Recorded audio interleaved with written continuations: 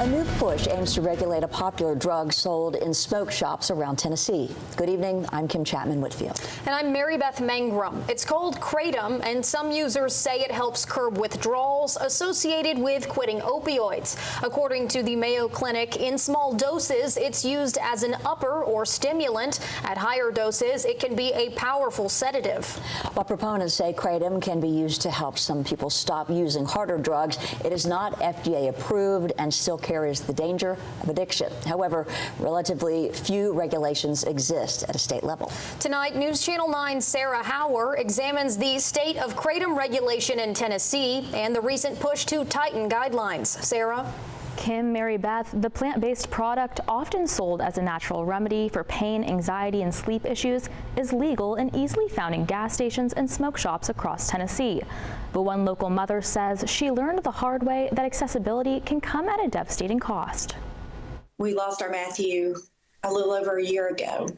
Karen Davenport's 27-year-old son Matthew died after taking kratom, a plant-based product often marketed as a natural alternative to opioids, but mixed with his prescribed medication, it proved deadly. It caused a lethal interaction, and he didn't wake up. Davenport, a nurse practitioner, says she had never heard of kratom until it showed up in her son's toxicology report.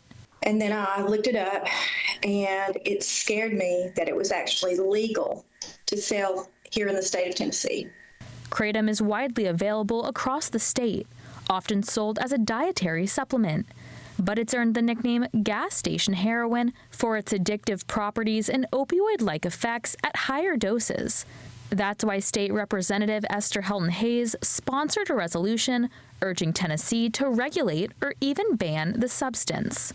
In a statement, the lawmaker said the dangers of kratom were on display in Hamilton County last year when Matthew Davenport tragically passed away because of this harmful substance. Passing House Joint Resolution 147 was the critical first step in protecting the health and well-being of Tennesseans. TBI Director of Statewide Dangerous Drugs Task Force Tommy Farmer says its active compound, metragenine, can act as a stimulant in small doses and mimic opioids in larger ones. It is not just a simple home remedy for dealing with your addiction. Renew Ministries Director of Client Relations Ryan Scaife says they've seen a rising number of people struggling with kratom dependency. Since there is no regulation, it's like the wild, wild west, and it's only getting more potent and more potent. But not everyone agrees with regulating or banning it. And at that time, I was just like literally on the top of my world. Sorry. Ex-NASCAR driver Jack Smith broke his neck twice during his racing career and says he became addicted to Percocet.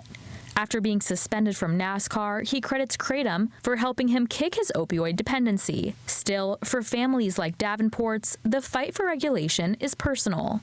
My son didn't know what he was doing. He didn't know what he was taking. And he assumed because he bought it at a gas station that it was safe. The resolution still needs Senate approval before reaching the governor's desk. But for families like Davenport's, raising awareness is more than policy. It's about saving lives. Kim. Sarah, thank you. According to the FDA, an estimated 1.7 million Americans used kratom in 2021.